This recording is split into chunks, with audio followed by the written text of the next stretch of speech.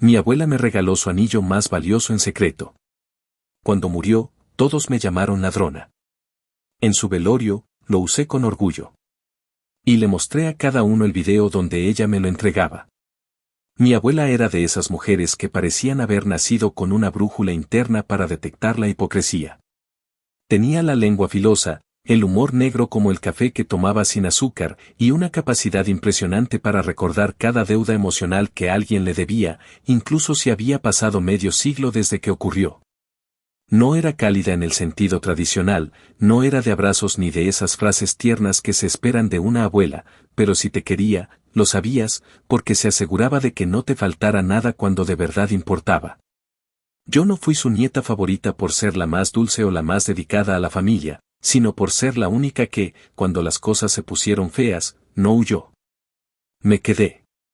Me tragué las tardes enteras oliendo a ungüentos mentolados, la música suave que las enfermeras ponían para hacer más acogedor el hospice, y la forma en que su cuerpo se iba encogiendo con cada semana que pasaba. Me quedé cuando los demás solo preguntaban por mensajes si todavía estaba viva, como si estuvieran tachando días en un calendario esperando su turno en la herencia. Fui yo quien escuchó su última risa de verdad, la noche que recordamos cómo espantaba a los cobradores cuando era joven, fingiendo acento alemán para decir que no vivía allí. Fui yo quien estuvo cuando sus manos temblaban al tomar el agua, cuando tenía miedo de dormir por si no despertaba. Y también fui yo a quien una tarde, sin avisar, le pidió que cerrara la puerta de su cuarto porque quería hablar de algo en secreto. Me senté junto a su cama, en esa silla coja que rechinaba cada vez que me movía. Y la vi sacar de debajo de la almohada una cajita envuelta en una de esas servilletas que guardaba del restaurante mexicano al que siempre íbamos. La desplegó con lentitud, me miró con esos ojos cansados pero aún firmes y me dijo con esa voz ronca que le había quedado, este anillo es para ti. No es parte de la herencia. Es un regalo. No lo escondas, no lo devuelvas, y si alguien se pone imbécil, les dices que vayan a quejarse conmigo al cementerio. Me quedé muda unos segundos porque ese anillo era más que una joya. Era el mismo que usaba en su mano derecha desde que yo tengo memoria, el mismo que decían que había pertenecido a su madre y antes a su abuela. Y que mi tía Ruth ya había dejado claro 1000 veces que iba a pasar a su hija Yasmín porque era tradición. Pero ella no mencionó a Ruth, ni a Yasmín, ni a nadie más. Solo a mí. Y no esperó mi respuesta. Me lo puso en la mano, me lo cerró con fuerza y me pidió algo más, con una seriedad que solo vi en ella cuando hablaba de la guerra o de la muerte de mi abuelo. Me pidió que lo grabara. Que sacara el celular, que le pusiera a grabar video y que ella misma dijera que ese anillo me lo daba en vida, por decisión propia, sin presión de nadie, como regalo, y que no debía ser incluido en ningún inventario, testamento o disputa familiar. Yo dudé, sentí que era raro grabar ese momento tan íntimo, pero me lo ordenó como si todavía tuviera 40 años y estuviera a cargo de todo el barrio. Lo grabé. Grabé su voz clara aunque baja, grabé sus palabras exactas y su mirada cansada pero firme. Grabé como al final se rió un poco y dijo, si alguien te llama ladrona, ponles esto en la cara. Me dio un beso en la frente, de esos que nunca daba, y se durmió. No volví a mencionar el video. No le conté a nadie. Guardé el archivo en 2 nubes distintas, lo puse con contraseña y hasta le envié una copia a una amiga de confianza, porque una parte de mí sabía lo que se venía. Lo conocía bien. Sabía cómo era mi familia cuando el dinero estaba de por medio. Pero aún así, no imaginé lo rápido ni lo sucio que todo se iba a poner. Una semana después, un martes de marzo que amaneció con sol radiante pero con un aire seco que te rajaba los labios, mi abuela falleció. Fue como si su cuerpo hubiera decidido soltar de una vez todo lo que venía aguantando. Murió dormida, sin ruido, sin despedidas dramáticas, con la televisión prendida en algún canal de cocina que ella odiaba pero que la enfermera dejaba por costumbre. Llamé a mi mamá, al hospice, a la funeraria. Hice todo como ella había dejado escrito. Todo meticulosamente planeado. Y mientras hacía llamadas, llenaba papeles, organizaba flores y elegía la urna que ella misma había escogido años atrás, nada cursi, ni cruces, ni ángeles. Solo algo que no se vea barato, empecé a recibir mensajes. Primero fueron preguntas vagas: ¿cuándo es el velorio? ¿Necesitan ayuda? ¿Dónde van a poner las cosas? ¿Ya tienen acceso a la casa? Después, sin siquiera esperar que su cuerpo saliera de la casa, empezaron las insinuaciones: ¿y el anillo? ¿Quién tiene las joyas? Mi mamá dice que ese anillo iba a ser para Yasmín. No respondí ni una palabra. No porque me faltaran ganas, sino porque había algo en mí que sabía que si empezaba a defenderme antes de tiempo, iban a oler debilidad. Y no les iba a dar ese gusto. El día del velorio fue un desfile de hipocresías maquilladas. Nadie lloró de verdad, pero todos se mostraban conmovidos como si se hubieran dormido cada noche con una foto suya en la almohada. Llegaron con trajes prestados, flores de supermercado y palabras falsas que no combinaban con los años de abandono que tuvo mi abuela en vida. Y yo llegué con un vestido negro simple, sin maquillaje y con el anillo en la mano. No por provocar. No por arrogancia. Por respeto. Porque ella me lo pidió. Porque me lo dio. Porque lo usé como se usa algo que no estás dispuesta a esconder nunca más. No pasaron ni 10 minutos antes de que los murmullos se convirtieran en confrontación directa. Fue Ruth la que dio el primer paso, como siempre. Se me paró enfrente, con esa cara larga que le pone a todo lo que no puede controlar, y dijo en voz alta, para que todos la escucharan, que era una vergüenza, que yo me había robado el anillo. Que seguramente lo tomé cuando mi abuela ya estaba dopada con medicamentos y no sabía ni su nombre. Y entonces todos se giraron. Como en un maldito show. Mi mamá quiso intervenir, pero ya era tarde. Ya la bomba estaba explotando. Yo tenía las manos frías y el estómago revuelto, pero me acordé de la promesa. De su voz. De sus palabras. Así que no grité, no lloré, no rogué.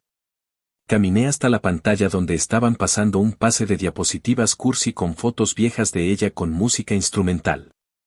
Saqué el cable HDMI, conecté mi celular y puse el video.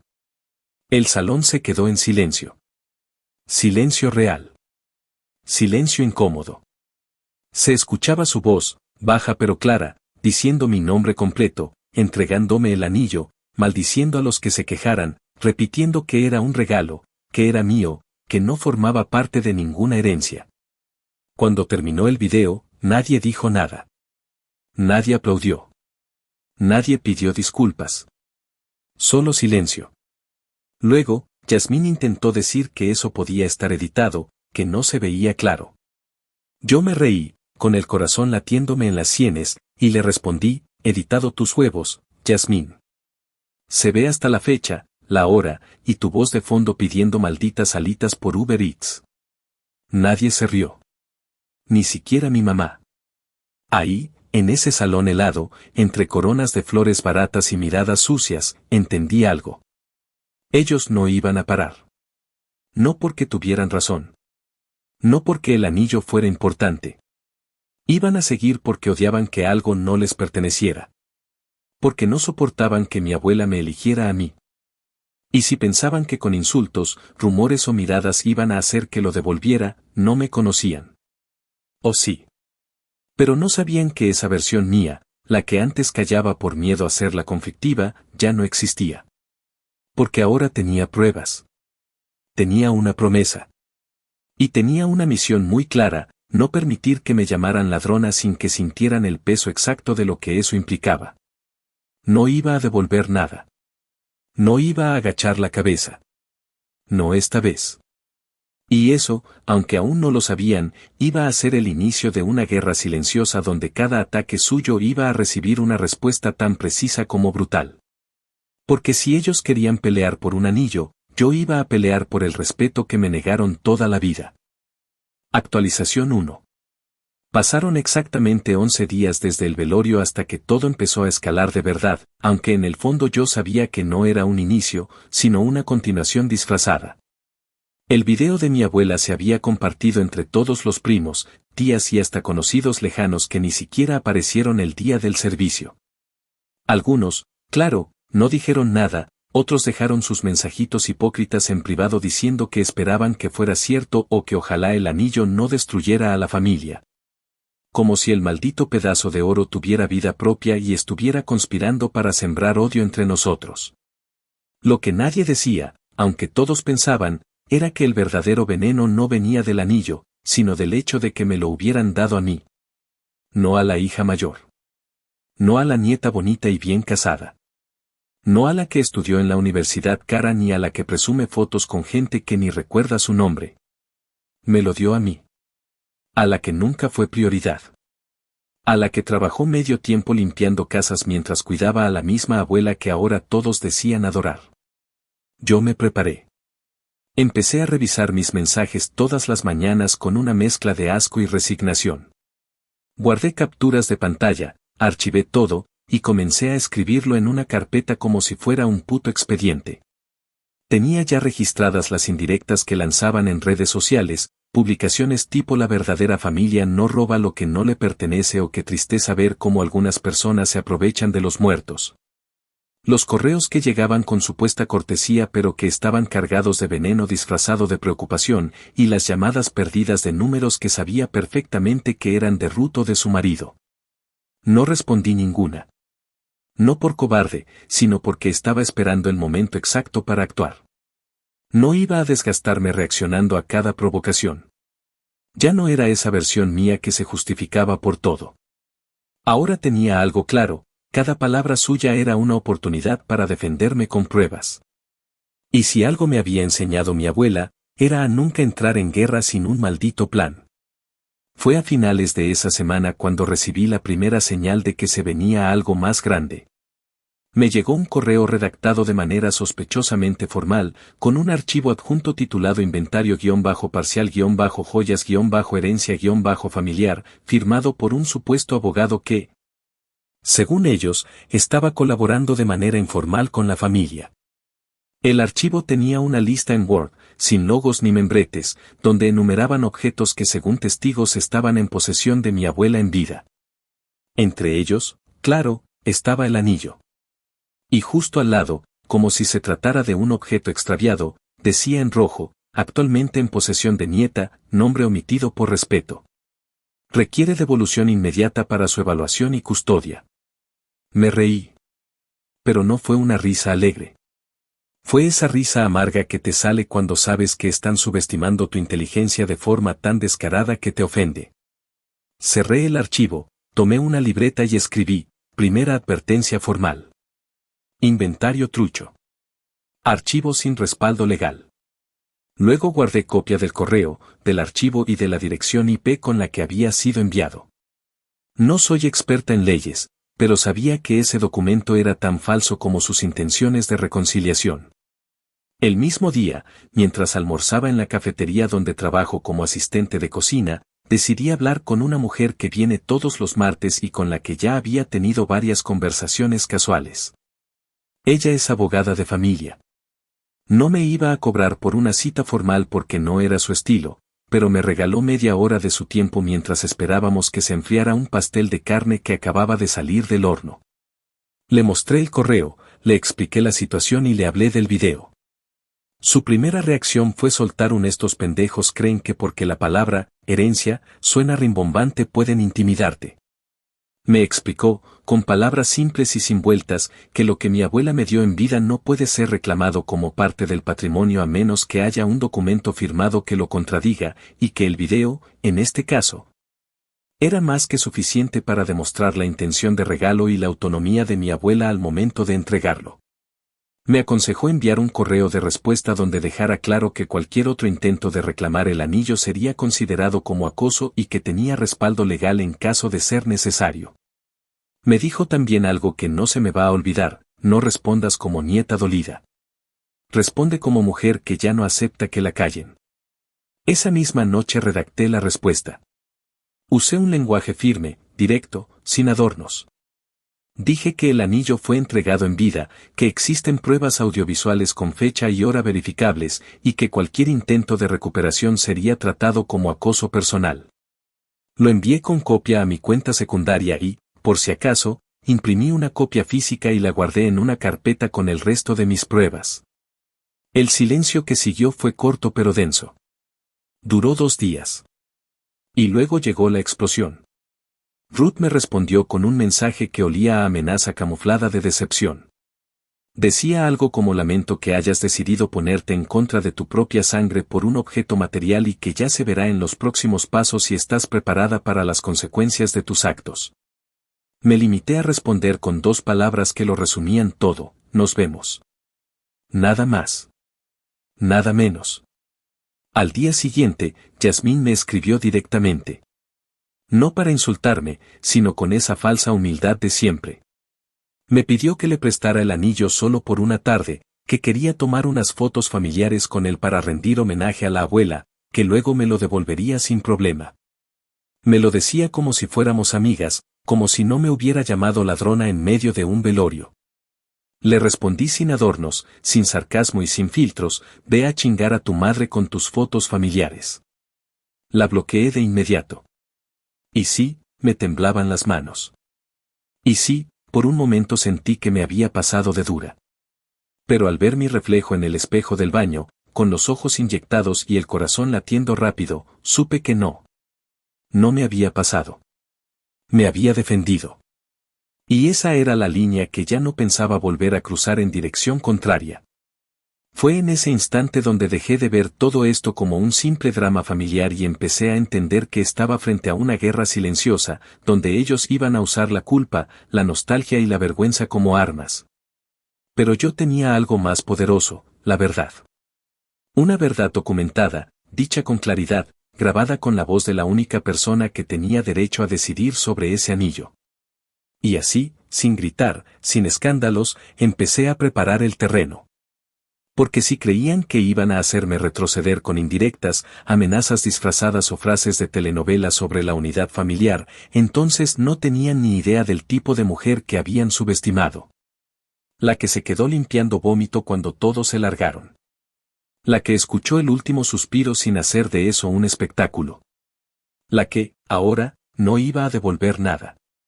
Ni el anillo. Ni la dignidad. Ni la puta paz que tanto me había costado conseguir. Actualización 2. Habían pasado ya poco más de 5 semanas desde el velorio y, como era de esperarse, el silencio nunca fue algo que mi familia supiera mantener. Al contrario, pareciera que les daba comezón en la lengua quedarse callados, especialmente cuando las cosas no les salían como querían. Yo llevaba ese tiempo en una especie de estado de alerta tranquila, como cuando sabes que la tormenta no ha terminado pero que ahora al menos tienes botas y paraguas. Dormía mejor, eso sí, y trabajaba con la cabeza un poco más despejada, pero cada vez que veía notificaciones en el celular, el estómago me daba ese vuelco traicionero. Ese que te prepara para malas noticias aunque a veces solo sean promociones de comida rápida o mensajes del banco. Lo que antes me habría paralizado, ahora me activaba. Me había convertido, sin quererlo, en una especie de archivadora humana. Todo lo que decían, escribían o insinuaban lo guardaba, lo clasificaba y lo anotaba. No por paranoia, sino porque sabía que a la mínima iban a intentar hacer algo más que solo joder con palabras. Y no tardaron. Una mañana recibí un correo del abogado encargado del PROUBAT, el proceso legal por el cual se revisa la distribución de bienes cuando alguien muere. La oficina estaba en Santa Fe, y el tono era más bien formal pero sin alarmas. Lo leí 3 veces para estar segura de que no me estaba inventando la hostilidad entre líneas. Básicamente se me notificaba que se había iniciado el inventario de bienes del patrimonio de mi abuela, que había una lista tentativa y que cualquier persona interesada en presentar información sobre bienes presuntamente faltantes podía hacerlo mediante un escrito simple. Inmediatamente supe qué significaba: Ruth había intentado meter su inventario casero al proceso oficial. Ni siquiera me sorprendió. Lo que sí me hizo apretar los dientes fue que el abogado mencionara, con toda la diplomacia del mundo, que uno de los bienes mencionados era un anillo antiguo de diamante con montura de oro, el cual había sido identificado por una de las herederas como propiedad faltante.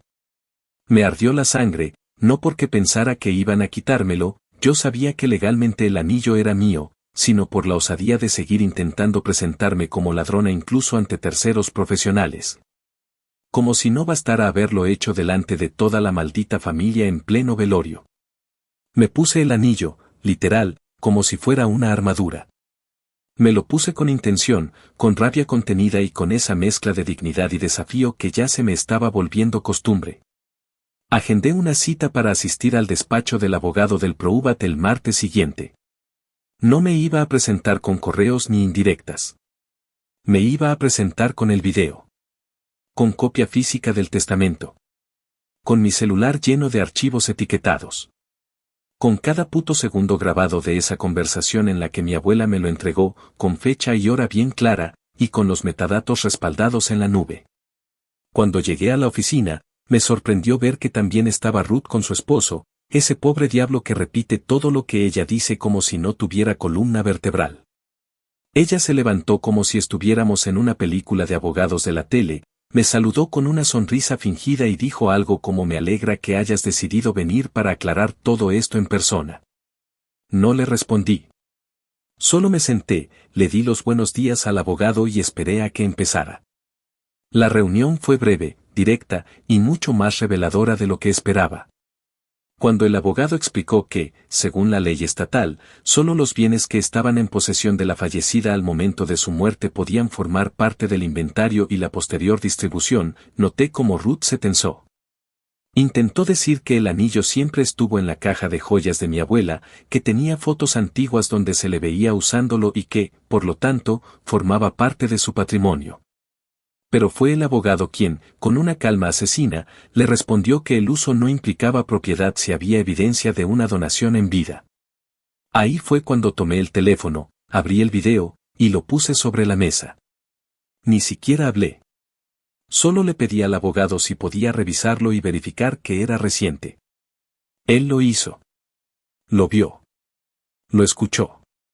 Y no solo vio a mi abuela decir con total claridad que me regalaba el anillo, sino que además la escuchó maldecir a los que se atrevieran a discutirlo. Hubo un momento de silencio que me supo mejor que cualquier grito.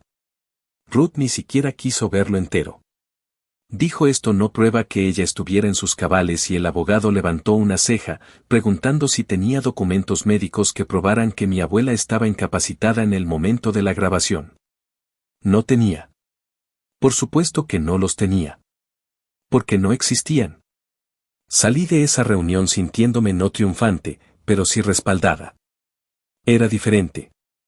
Era como si, por fin, alguien con poder real para tomar decisiones hubiera reconocido que no estaba loca, ni exagerando, ni siendo una resentida. Me subí al carro con las piernas temblando, pero esta vez de descarga, no de rabia. Y justo cuando pensaba que las cosas podrían empezar a enfriarse, la vida, o mejor dicho, mi familia, me recordó que no iban a parar tan fácil. Al día siguiente, mientras volvía del trabajo, me crucé con Luis, el hermano menor de mi mamá, en el estacionamiento de la tienda donde él trabaja en seguridad. Al principio pensé que era casualidad.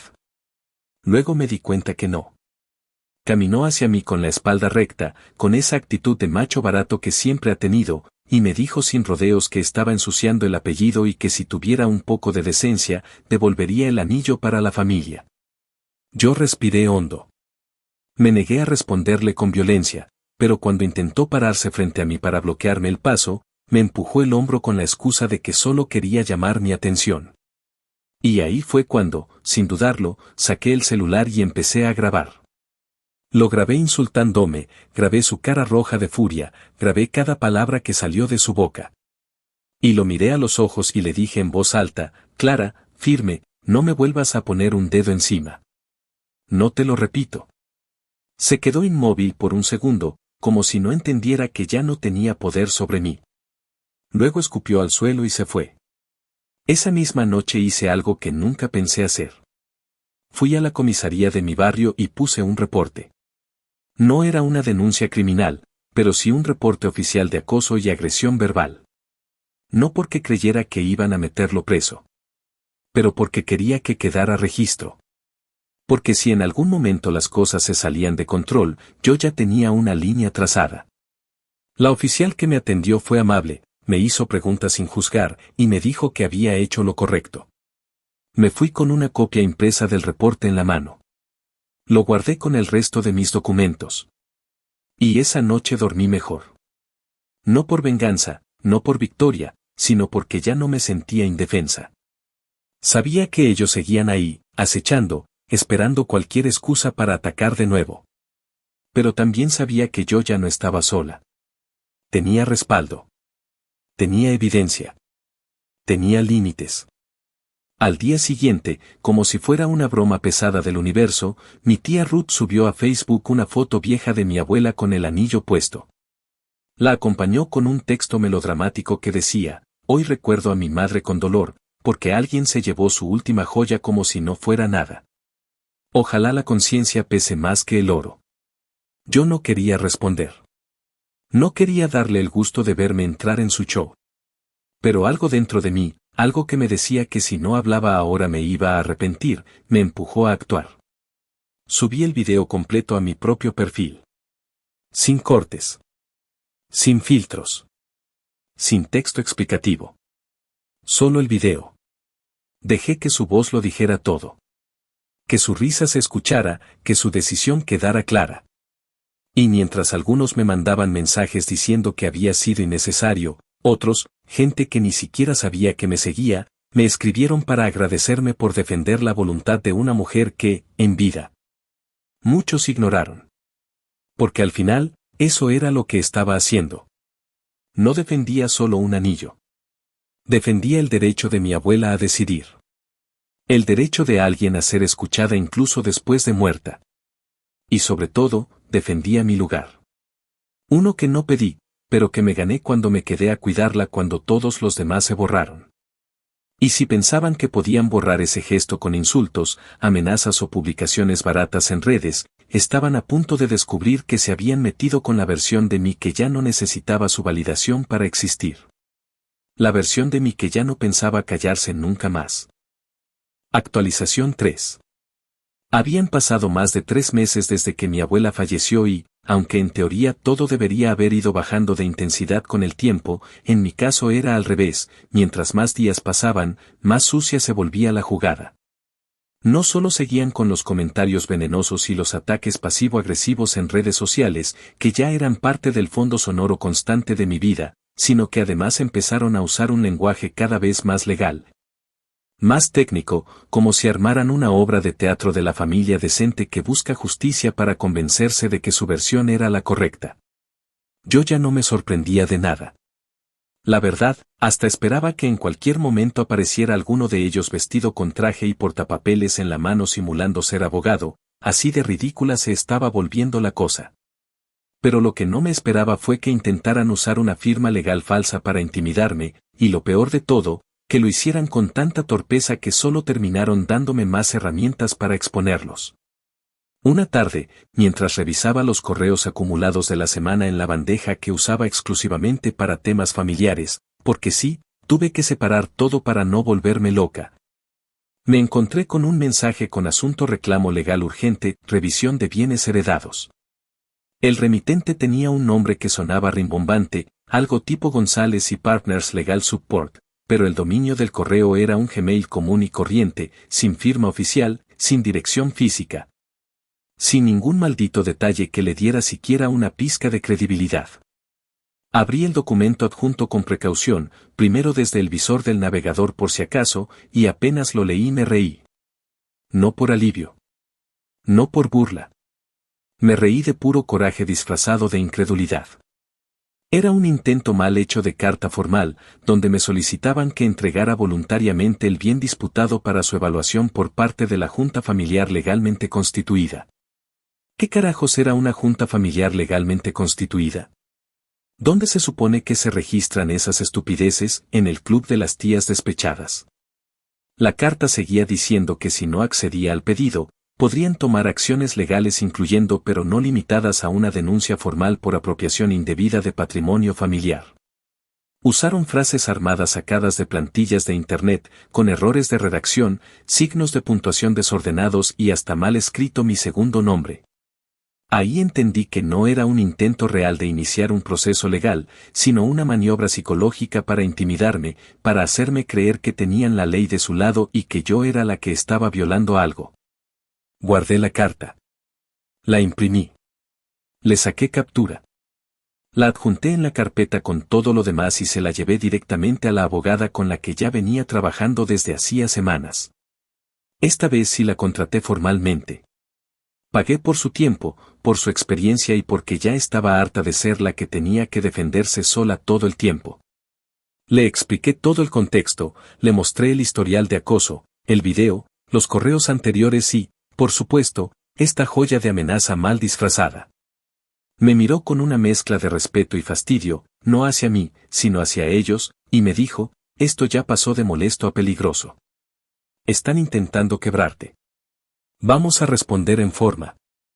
Ella redactó una respuesta oficial, corta pero contundente. En ella dejaba constancia de que el anillo era un bien entregado en vida, con evidencia audiovisual contundente, que no formaba parte del patrimonio de la fallecida al momento de su muerte, y que cualquier intento de recuperar dicho bien por vías no legales sería tratado como acoso, extorsión o amenaza, dependiendo del tono que se empleara. También advertía que ya existía un reporte policial por un incidente previo con uno de los involucrados y que había posibilidad de proceder con una orden civil de alejamiento si los ataques persistían. Se firmó, se envió por correo certificado, y además, para asegurarme de que lo leyeran, lo reenvié digitalmente desde una cuenta nueva con asunto en mayúsculas. Esta vez no hubo respuesta inmediata. No hubo réplicas. No hubo insultos. Hubo silencio. Y no de esos silencios incómodos que presagian algo peor, sino uno denso, como si por fin se hubieran dado cuenta de que ya no estaba jugando bajo sus reglas. Duró poco, claro. Porque un par de días después me llegó una solicitud de llamada de parte de mi tío Luis. Me costó decidir si contestar, pero lo hice, más por curiosidad que por deseo de dialogar. Fue una conversación tan absurda como predecible. Empezó con una voz falsa, con tono conciliador, como si de repente quisiera arreglar las cosas como familia. Dijo que era innecesario todo esto, que estábamos dejando que un objeto material nos dividiera, que él entendía mi punto pero que debía ser consciente del dolor que había causado. Yo no dije nada durante varios minutos.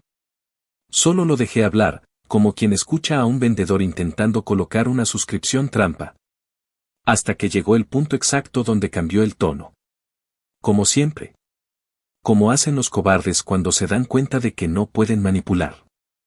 Empezó a subir la voz. Me llamó egoísta. Me dijo que no entendía por qué me creía con más derecho que los demás. Y luego, la joya, tú no eres nadie. Sin la familia, no eres nada. Te vas a morir sola si sigues creyendo que estar en lo correcto te hace mejor persona. Lo dejé terminar. No porque no tuviera que decir, sino porque quería que se escuchara a sí mismo. Y cuando hizo una pausa, le respondí con una tranquilidad que me sorprendió hasta a mí. Le dije que prefería morirme sola con dignidad que vivir rodeada de personas que piensan que el amor se gana por herencia. Que el respeto se compra con silencios y que la verdad se puede editar al gusto del que más grita. Le dije que ya no me temblaban las piernas cuando alguien de la familia me miraba con odio, porque me había tomado el tiempo de aprender a mirarme a mí misma con respeto. Que eso no me lo quitaba ningún apellido. Me colgó con un insulto, ni siquiera uno ingenioso, solo un puta desagradecida dicho con la desesperación de quien se quedó sin argumentos, y esa noche me acosté con una mezcla de rabia y alivio que no supe explicar. El día siguiente me compré una caja fuerte. No una grande, no de esas que ves en películas.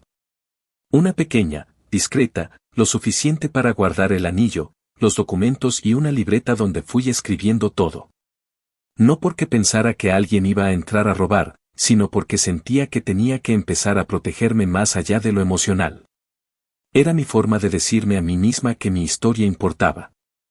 Que no iba a dejar que ese anillo, que esa decisión de mi abuela, se convirtiera en el anzuelo con el que pretendían arrastrarme de nuevo a su versión de familia. A partir de ese momento dejé de usarlo todos los días. No porque tuviera miedo, sino porque ahora lo usaba cuando yo decidía, no cuando ellos me hacían sentir que tenía que defenderlo. Me lo ponía para entrevistas de trabajo, para reuniones importantes, para caminar por el centro de Santa Fe cuando quería recordarme que yo sí había sido elegida. Que ese anillo no era solo oro y piedra. Era resistencia. Y no iba a permitir que lo convirtieran en símbolo de conflicto cuando, para mí, era la única prueba de que alguien en esa familia alguna vez me miró de frente y me eligió sin condiciones. Actualización 4. Casi 6 meses después del velorio, cuando yo ya había asumido que la guerra estaba más o menos controlada y que, con suficiente distancia, cada uno iría bajando sus armas por pura fatiga emocional. Me llegó una invitación que, en cualquier otro contexto, habría tirado directo a la basura sin siquiera abrir. Venía escrita a mano, como si eso le diera un aire de sinceridad, en una hoja doblada en 4 que mi mamá encontró en la puerta de su casa. No tenía sobre, ni remitente, ni introducción, solo un mensaje directo en letra apretada: queremos hablar. Sin gritos. Por respeto a mamá. Te esperamos el sábado a las 4 de la tarde en la casa de Ruth. Que no sea otra pelea. Yo lo leí una sola vez y, sin decir nada, se la pasé a mi mamá. Ella me miró con esos ojos entreapagados y esperanzados que tiene cada vez que cree que esta familia aún puede recomponerse, y me preguntó qué pensaba hacer. No quise responder de inmediato. No porque no tuviera clara la respuesta, sino porque me jodía saber que, por ella, probablemente iba a aceptar. Esa misma noche me senté a pensar. No con la rabia que solía acompañarme en cada interacción con ellos, sino con una mezcla amarga de agotamiento y claridad. Sabía que no iban a pedirme perdón. Sabía que no querían reconciliación, sino más bien limpieza de imagen, control de narrativa, manipulación emocional con tapete nuevo y la misma mugre debajo. Pero también sabía que mi madre estaba siendo arrastrada en medio de un conflicto que no pidió y que, a su manera, sufría cada palabra que nos lanzábamos como si le pegaran a ella. Así que le dije que sí. Que iría. Que no iba a prometer aguantar callada ni a contenerme si alguien volvía a llamarme ladrona, pero que lo haría por ella. Que no por la familia. Que no por mi abuela. Solo por ella. El sábado fue uno de esos días en los que el calor te asfixia incluso dentro de la sombra, y la casa de Ruth, con su maldita costumbre de mantener todas las cortinas cerradas y las luces bajas para mantener el ambiente fresco, se sentía como entrar a una cueva con olor a hipocresía y café viejo. Mi mamá y yo llegamos 10 minutos tarde a propósito. No era por desaire. Era para no ser las primeras en llegar y darles espacio para que empezaran su teatrillo. Entramos y ya estaban todos, Ruth sentada en su sillón como reina sin corona, Luis recargado en la pared con los brazos cruzados como si estuviera en un maldito interrogatorio. Yasmín en una esquina con la cara de víctima profesional que también sabe poner cuando quiere ganarse al público, y 2 primos más que ni siquiera deberían estar ahí. Pero que fueron convocados como testigos pasivos de una reconciliación familiar que de antemano sabían que iba a fracasar. Nos sentamos. Nadie dijo nada durante varios segundos. Ruth fue la primera en hablar, como siempre, con esa voz suave que usa cuando quiere parecer justa. Dijo que estaba cansada del conflicto, que extrañaba los días en que todos comían juntos sin necesidad de defenderse entre sí como si fueran enemigos. Y que el anillo no debía haberse convertido en una razón para fracturar lo que quedaba de la familia. Lo dijo sin mirar el anillo, aunque era obvio que lo buscaba con los ojos. Yo lo llevaba puesto, por supuesto. No para restregarlo en la cara de nadie, sino porque me niego a que me lo arranquen hasta desde el simbolismo. Le respondí que si realmente quería evitar conflictos, lo primero que debía hacer era dejar de fingir que el problema era el objeto, cuando el problema siempre fue la falta de respeto. Le dije que lo que rompió la familia no fue el anillo, fue la forma en que me llamaron ladrona delante de un ataúd sin importarles si yo estaba de luto o no. Yasmín intervino con una de esas frases envenenadas que siempre lanza envueltas en papel celofán, dijo que si de verdad me lo había dado mi abuela. Entonces, ¿por qué no lo compartía con las demás nietas en una especie de relevo simbólico, como un gesto de unidad? La miré fijamente y le respondí que un regalo no se comparte como si fuera un pedazo de pastel en una fiesta de cumpleaños. Que cuando alguien te entrega algo en vida, con intención y con claridad, la única manera de honrar esa decisión es respetándola, no adaptándola a las necesidades del resto para que se sientan incluidos. Ruth trató de suavizar la tensión diciendo que tal vez nos habíamos malinterpretado todas y que la comunicación en momentos de duelo puede ser muy torpe. Ahí ya no me contuve. Le dije, palabra por palabra, que no se trataba de una malinterpretación, que yo no me inventé que me gritó frente a todos, que no aluciné los correos, ni el intento de meter al anillo en el proceso de inventario de herencia. Ni la carta falsa con amenazas legales, ni el empujón de su hermano en un estacionamiento. Que estaba todo documentado. Que me había tomado el trabajo de guardar cada insulto como si fuera una prueba en un juicio. Y que si seguían intentando hacerme sentir culpable, iba a tomar acciones más serias. Luis, en su línea habitual de gorila con ego herido, se levantó de su silla y dijo que yo estaba provocando y que no sabía cuándo parar. Se acercó un paso y en ese segundo, mi cuerpo se tensó como si esperara otro empujón, pero esta vez no me moví. Me levanté despacio, lo miré directo a los ojos, y le dije que si pensaba siquiera tocarme otra vez, esta vez no iba a ser solo un reporte. Esta vez iba a llevarlo hasta las últimas consecuencias. Mi mamá intervino, se puso en medio, y en un susurro desesperado me pidió que por favor saliéramos. Que no valía la pena. Que ya estaba todo dicho. Y tenía razón. Todo estaba dicho. Y lo peor es que lo que se dijo no fue nada nuevo. Solo fue la confirmación de que no hay gesto de paz que valga cuando alguien está más comprometido con tener la razón que con reparar lo que rompió. Nos fuimos sin mirar atrás. En el carro, mi mamá lloró en silencio todo el camino. Yo manejaba apretando el volante como si me aferrara a él para no derrumbarme. No porque me arrepintiera. No porque dudara de mis decisiones. Sino porque verla a ella así, partida entre su lealtad a mí y su historia con ellos, me hacía sentir una culpa que no merecía pero que igual me dolía. Esa noche no pude dormir. Caminé de un lado a otro en el apartamento, miré 1000 veces el anillo, el video, los papeles, y al final, agarré una hoja, escribí una nota simple y me fui hasta la casa de mi mamá. Le dejé la nota con un ramo de flores en la puerta. La nota decía, no quiero que elijas.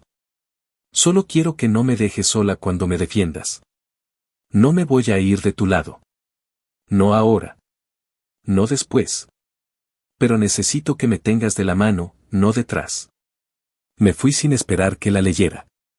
Solo la dejé. 2 días después me mandó un mensaje que me rompió en 1000 partes y al mismo tiempo me reconstruyó, estoy contigo. Ya me cansé de vivir en medio de una familia que nos quiere solo si nos callamos. No me quiero callar más. Esa fue la primera vez en meses que sentí que no estaba sola. Que no solo defendía un anillo, sino un derecho. A ser elegida. A no ser pisoteada. A que mi madre, que siempre había sido la más neutral, por fin alzara la voz no solo por mí, sino por ella también.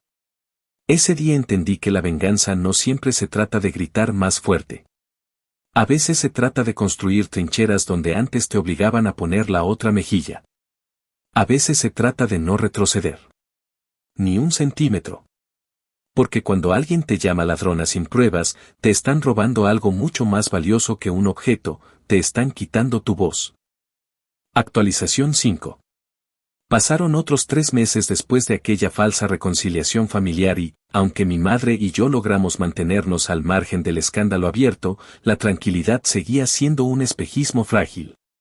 Yo ya no esperaba que las cosas se calmaran por completo, porque había entendido, a punta de decepciones y desgaste emocional, que para algunas personas el conflicto no es un error ni una consecuencia, es una forma de vida.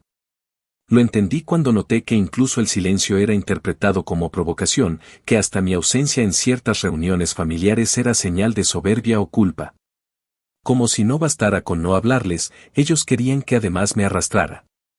Querían control narrativo, escarmiento público, sumisión emocional. Y no sabían lidiar con el hecho de que yo no tenía intención de darles nada de eso. Durante ese tiempo, me concentré en mi trabajo, en pequeñas metas personales, en reconstruirme desde un lugar donde no tenía que pedir permiso para existir. Hice terapia. Volví a correr por las mañanas. Me armé una rutina sencilla pero mía, sin expectativas ajenas. El anillo no lo usaba todos los días, pero lo sacaba de la caja fuerte cada cierto tiempo, me lo ponía para salir a caminar o para tomar un café sola. Y recordarme que no importaba cuántas veces intentaran ensuciar el gesto de mi abuela, yo sabía la verdad. No necesitaba validación. Necesitaba resistencia. Y cada vez que me lo colocaba, sentía esa voz ronca de mi abuela repitiendo que se jodan los que se enojen, como un mantra cínico y reconfortante que me ayudaba a respirar cuando la ansiedad me apretaba el pecho. Todo se mantenía dentro de ese equilibrio precario hasta que, un lunes cualquiera, mientras revisaba Instagram sin mucho interés, me topé con una publicación de Yasmín que me dio asco y risa al mismo tiempo. Era una sesión de fotos anunciando su compromiso, toda editada como si fuera portada de revista, con un texto que decía: hoy me acompaña el legado de las mujeres fuertes de mi familia. Gracias, abuela, por enseñarme lo que es el amor y la elegancia. La foto mostraba su mano al frente, con un anillo que claramente no era el nuestro, el real, el que yo tenía guardado, sino una réplica barata, casi grotesca, que intentaba parecerse lo suficiente como para que los que no supieran la historia pensaran que era el mismo. El texto estaba acompañado de etiquetas tipo almohadilla herencia familiar y almohadilla la última joya. Sentí como se me subía la sangre a la cabeza. No por el hecho de que usara una copia, ni siquiera por el descaro de adjudicarse el legado, sino porque tenía el atrevimiento de convertir una mentira en parte de su identidad pública. Quería robarse la memoria. Y eso era algo que no iba a dejar pasar. No comenté en la foto, por supuesto. No soy como ella. Pero no me iba a quedar callada. Abrí mi galería, busqué la foto más nítida que tenía con el anillo, una que había tomado hacía semanas en mi cocina, con el sol de la tarde iluminándolo como si fuera una joya sagrada, y la subí con una sola frase. Lo honro todos los días cuidando lo que me fue confiado por quien me eligió, no por quien lo deseaba. No usé etiquetas. No puse nombres. Pero era obvio para quién iba dirigido. En menos de una hora empezaron a llegar mensajes privados. Algunos eran de conocidos apoyando en silencio, otros eran insultos descarados de perfiles sin foto, probablemente amigos de Yasmín o cuentas secundarias. Guardé todos. Respondí solo a los que venían con respeto. A los demás, los bloqueé sin una sola palabra. No tenía tiempo para idiotas. El siguiente movimiento fue el que marcó el punto de quiebre. Yasmín, en su eterna necesidad de tener la última palabra, comentó en su propia publicación un mensaje donde me etiquetaba directamente. Dijo: no necesito justificar lo que llevo con amor. Pero hay quienes sí necesitan colgarse de un objeto para sentirse validadas. El anillo no las hace valiosas. Devuélvelo, ladrona. Me hervía la piel. Me temblaban las manos. Pero no respondí ahí. Abrí una historia. Subí el video completo de nuevo, el original, con fecha, hora, audio claro, y la imagen de mi abuela diciendo mi nombre con total conciencia. Encima del video, escribí: el legado no se hereda a gritos. Se honra en silencio. El video habla solo. La historia duró apenas 24 horas, pero en ese tiempo explotó. Me llegaron capturas de pantalla donde la gente debatía en grupos familiares, en chats de primos, incluso en foros de Facebook donde se hablaba de la nieta rebelde y la heredera falsa. Algunos se solidarizaban. Otros me odiaban. Y mientras todo eso ocurría, yo estaba en la oficina de mi abogada, firmando la solicitud de orden de restricción civil.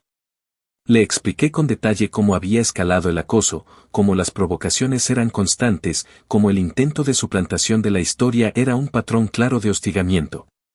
No íbamos a denunciar por difamación, porque eso en este país es complicado, largo y difícil de probar, pero sí íbamos a solicitar medidas preventivas por acoso y contacto no deseado. Ya tenía el reporte contra Luis. Ya tenía el historial digital. Ya tenía las pruebas de los insultos, las amenazas veladas, las cartas falsas y ahora esto. Mi abogada redactó el documento con una precisión quirúrgica y un tono firme. Lo presentamos ante la Corte Municipal, no esperando un show legal, sino una protección básica. No necesitaba que los arrestaran. Solo que entendieran que no podían seguir acercándose a mí como si nada. El juez, un tipo seco y de cara cansada, revisó cada pieza. Vio el video, las publicaciones, los correos. Y dictó una orden de alejamiento temporal. No era permanente, pero era el primer golpe real. Significaba que ni Yasmín ni Luis podían comunicarse conmigo directamente. Que no podían enviarme correos, ni mensajes, ni provocaciones. Que si lo hacían, había consecuencias legales. Salí de esa audiencia sin ganas de celebrar, pero con un peso menos sobre los hombros. Porque por primera vez, lo que yo sabía en el fondo, que esto era violencia emocional camuflada de drama familiar, tenía un respaldo en papel. Y eso, para alguien que toda su vida fue llamada exagerada, intensa o conflictiva, valía más que cualquier joya. Esa noche llegué a casa, abrí la caja fuerte, saqué el anillo, lo limpié con el mismo trapito viejo que mi abuela usaba, y me lo puse. No para mostrarlo. No para sacarle una foto. Solo para estar con él. Para recordar que toda esta guerra no había sido en vano. Que había defendido algo más grande que una piedra brillante, había defendido mi palabra, mi memoria, y la dignidad de una mujer que, incluso en sus últimos días, tuvo más valor que toda esa familia junta. Y aunque la batalla no estaba del todo cerrada, esa noche me sentí invencible. Porque mientras ellos seguían gritando en habitaciones cerradas, yo había aprendido a pelear en silencio, y ganar. Actualización final. Un año exacto después del día en que mi abuela falleció, el cielo amaneció sin nubes y con ese calor seco que raspa la garganta incluso cuando respiras por la nariz. El aniversario de su muerte llegó con una mezcla extraña de duelo silenciado y paz ganada a pulso. No hubo llamadas de condolencias ni reuniones familiares. Nadie envió mensajes, ni siquiera los hipócritas que solían compartir frases con fotos de vírgenes llorando o velas encendidas para mantener su falsa imagen de unidad. Todo estaba en silencio. Pero era un silencio distinto al de los primeros meses. No era el que venía de la rabia o del rencor contenido. Era uno denso, definitivo, como si todos hubiéramos aceptado finalmente que no íbamos a reconciliarnos, que ya no quedaban puentes, y que los únicos hilos que nos unían eran de odio. Orgullo y heridas viejas que nadie estaba interesado en curar. Mi madre y yo habíamos hecho nuestra propia rutina. Ese día pasamos primero por el cementerio, como habíamos prometido que haríamos cada año, llevando flores frescas y una pequeña piedra pintada a mano que ella había hecho con una frase de mi abuela. Que se jodan los que se enojen. Mi mamá la puso al lado de la lápida sin decir nada. No lloró. Solo cerró los ojos, respiró hondo y me tomó la mano. Era la primera vez desde todo aquel escándalo que se sentía tranquila. Desde que decidió ponerse de mi lado sin miedo, la noté más liviana, más firme en sus palabras. Como si al fin se permitiera dejar de ser la mediadora de una familia rota para empezar a ser una mujer que también merecía respeto. Después del cementerio, pasamos por la casa vieja de mi abuela, la misma donde todo había comenzado. La habían puesto en venta meses atrás, y ahora el agente inmobiliario nos había citado para hacer una última revisión antes de firmar el cierre. Entramos juntas. La casa olía a polvo acumulado, madera vieja y humedad de cañerías que ya nadie se preocupaba por mantener. El eco de nuestros pasos se escuchaba como si fuera una despedida que se alargaba más de lo necesario. Revisamos habitación por última vez, en silencio, tocando cosas que no significaban mucho para nadie más, pero que para nosotras eran como pequeñas cápsulas de memoria. La marca en la pared donde medían a los nietos, la puerta del armario que rechinaba de forma inconfundible, el gancho roto del baño donde mi abuela colgaba su bata azul. Fue en una de esas vueltas sin rumbo, cuando abrí el closet del cuarto que había usado ella al final, que encontré una de sus clásicas bolsas Ziploc escondida detrás de unas cajas vacías. Al principio creí que era basura, pero cuando la saqué y noté que adentro había otra bolsa más pequeña, supe que no era casualidad. Dentro había una nota doblada varias veces, escrita con su letra torcida y cada vez más temblorosa. La abrí ahí mismo, con las manos sudadas y la garganta apretada. Decía, si están leyendo esto, ya me fui. Te dejé el anillo porque te salió de los ovarios estar. No lo sueltes. Y si alguien se pone pendejo, que venga a reclamarme a mí. Te amo. Me quedé ahí parada con la nota entre los dedos, sin saber si reír o llorar. Le tomé una foto, se la envié a mi abogada para tenerla archivada, y la guardé junto con los demás documentos, no como prueba para defenderme, sino como un recordatorio final de que nunca estuve equivocada. Mi mamá leyó la nota sin decir una sola palabra. Solo la guardó en su bolso como si fuera una reliquia y me abrazó. No hizo falta más. Ese papel, más que cualquier testamento, cerraba la discusión. Era su última palabra. Y conociéndola, esa palabra era ley. La venta de la casa se concretó esa misma semana. Ruth no puso objeciones. Firmó sin siquiera intentar añadir condiciones, probablemente por cansancio o porque había entendido, por fin, que no iba a ganar nada más allá de su propia amargura. El dinero fue dividido como mi abuela había estipulado en su trust, mitad para mi mamá, mitad para Ruth. No había nada para mí, ni para Yasmín, ni para ningún otro nieto. Y la verdad, tampoco lo esperaba. Yo no estaba esperando una herencia material. El anillo, ese símbolo de su decisión, ya era suficiente para mí. Era más valioso que cualquier cheque o propiedad, porque representaba algo que no se podía dividir ni negociar. Representaba una elección. La suya. Y también la mía. Ese mismo fin de semana, fui al centro comunitario donde mi abuela solía cocinar los jueves para los programas de adultos mayores. Años atrás, ella se ofrecía como voluntaria para preparar bandejas de enchiladas, sopas de fideo o arroz con leche para los abuelos que ya no tenían a nadie. Me acerqué al encargado, un hombre mayor con quien ella discutía a menudo por el uso del condimento, y le doné una cantidad significativa a su nombre. Le dije que era parte de su legado, que el dinero no lo quería guardado en una cuenta ni invertido en nada que se olvidara con el tiempo. Quería que se convirtiera en platos servidos, en sillas reparadas, en estufas nuevas. Que sirviera para algo más que alimentar egos.